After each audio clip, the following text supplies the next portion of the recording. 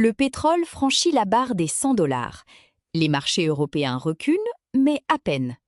Le CAC 40 perd 0,29%, le stock 600 cède 0,17%.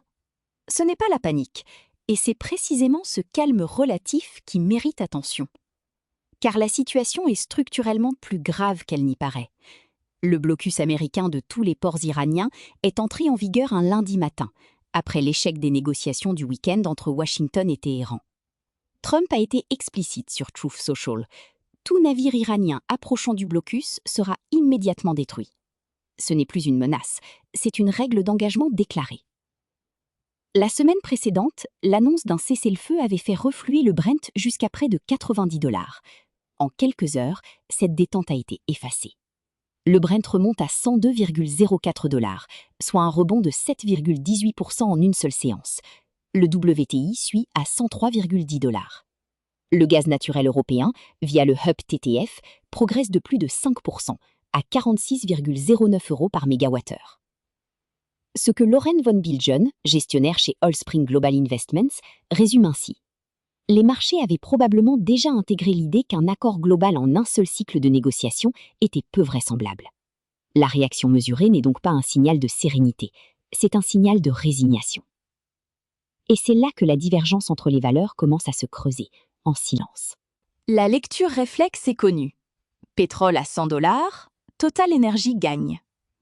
Le secteur pétrole et gaz progresse effectivement de 0,76% ce lundi, tandis que le reste du marché recule. La corrélation est mécanique, au moins à court terme. Oddo BHF a d'ailleurs relevé son objectif sur Total Energy de 70 à 85 €, en maintenant la recommandation de surperformance. La médiane du consensus des analystes s'établit à 79,28 €. L'écart entre ce consensus et le cours réel est de seulement 0,08% à la baisse. Autrement dit, le titre est valorisé au plus près de ce que les analystes jugent comme juste valeur. Ce détail est révélateur. Total Energy n'est pas une valeur sous-évaluée que le pétrole cher va faire décoller. Elle est déjà positionnée pour un environnement de prix élevé. La question n'est pas de savoir si elle monte, mais combien de temps elle reste à ce niveau. Et surtout, ce qui se passe au moment de la désescalade. Car voici le premier point que beaucoup négligent. Total Energy est aussi un acteur gazier majeur en Europe. Avec le TTF à plus de 46 € par mégawattheure, c'est une double exposition favorable. Pétrole et gaz simultanément.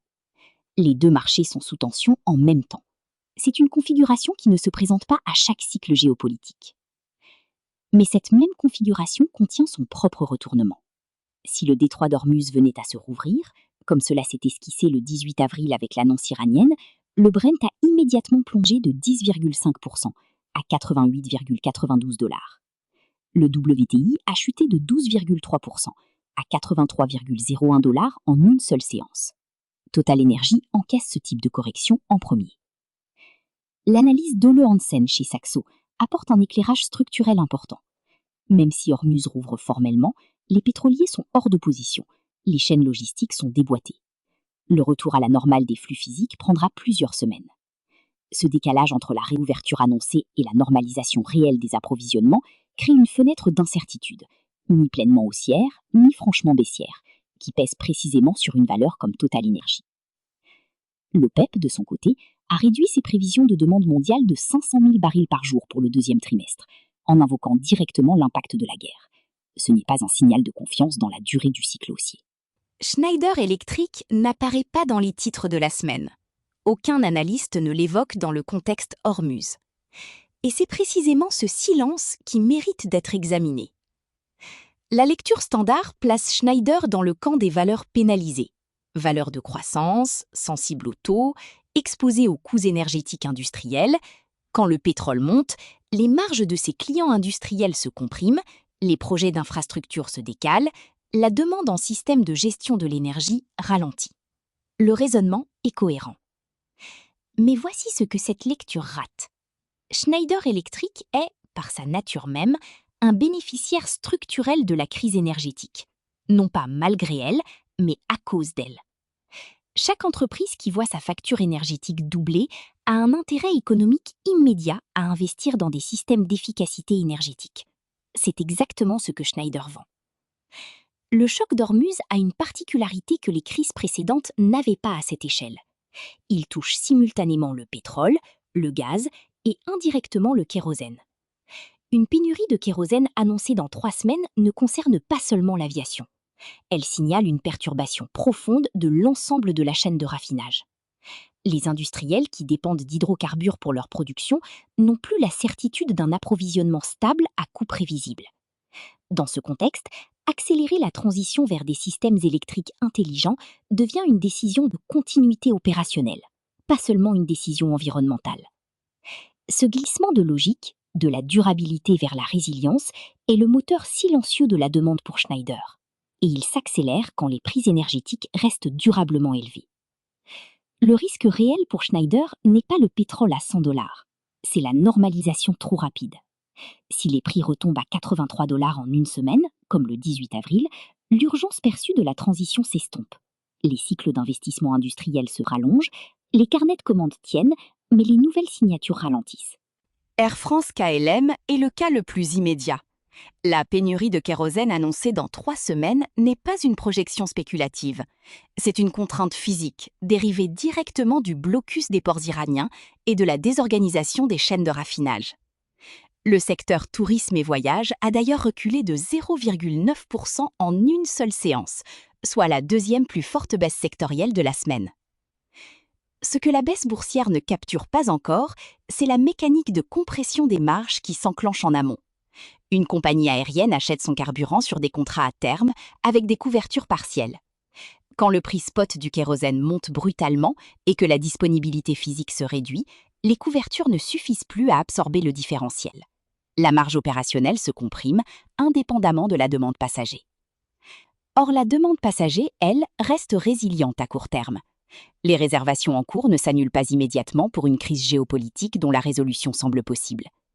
Ce décalage entre une demande apparemment stable et des coûts en hausse structurelle est exactement la configuration la plus difficile à piloter pour un directeur financier de compagnie aérienne. Safran présente une temporalité différente. BNP Paribas Exane a initié une couverture à neutre avec un objectif à 330 €, contre une médiane de consensus à 358,50 €, soit un écart de presque 15%. La pénurie de kérosène ne ralentit pas les livraisons de moteurs. Les compagnies aériennes ne suspendent pas leurs commandes d'équipement pour une crise de quelques semaines. Le carnet de commandes de Safran est long par nature, plusieurs années de visibilité. Mais il y a un scénario de second tour. Si la pénurie de kérosène conduit à des réductions de capacité prolongées chez les compagnies aériennes, les décisions d'investissement en moteurs et nacelles pourraient être repoussées à moyen terme.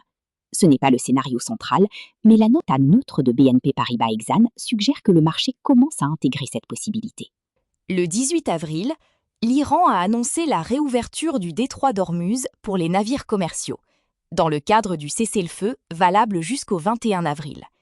Trump a confirmé l'ouverture pour le transit commercial, mais maintenu le blocus sur l'Iran lui-même. En quelques heures, le Brent a perdu 10,5%, le CAC 40 a progressé de 2% et le Stoxx Europe 600 a repris 1,6% sur la semaine. Ce mouvement illustre la sensibilité extrême des marchés à chaque signal diplomatique, et il révèle la structure du risque de portefeuille en ce moment. Les valeurs les plus réactives à la hausse lors de la tension sont aussi les plus vulnérables à la désescalade. Le scénario le plus probable, à ce stade, n'est ni la résolution rapide, ni l'escalade militaire. C'est la prolongation d'un état d'incertitude calibré, un blocus maintenu sur l'Iran, une navigation commerciale partiellement rouverte, des négociations qui avancent sans conclure. Hollandsen décrit bien cette friction logistique. Les pétroliers sont hors de position, les chaînes d'approvisionnement déboîtées. Même une réouverture formelle ne signifie pas un retour immédiat à la normale des flux physiques. Dans ce scénario intermédiaire, Total Energy reste soutenu par des prix du pétrole et du gaz durablement élevés, mais sans catalyseur haussier supplémentaire.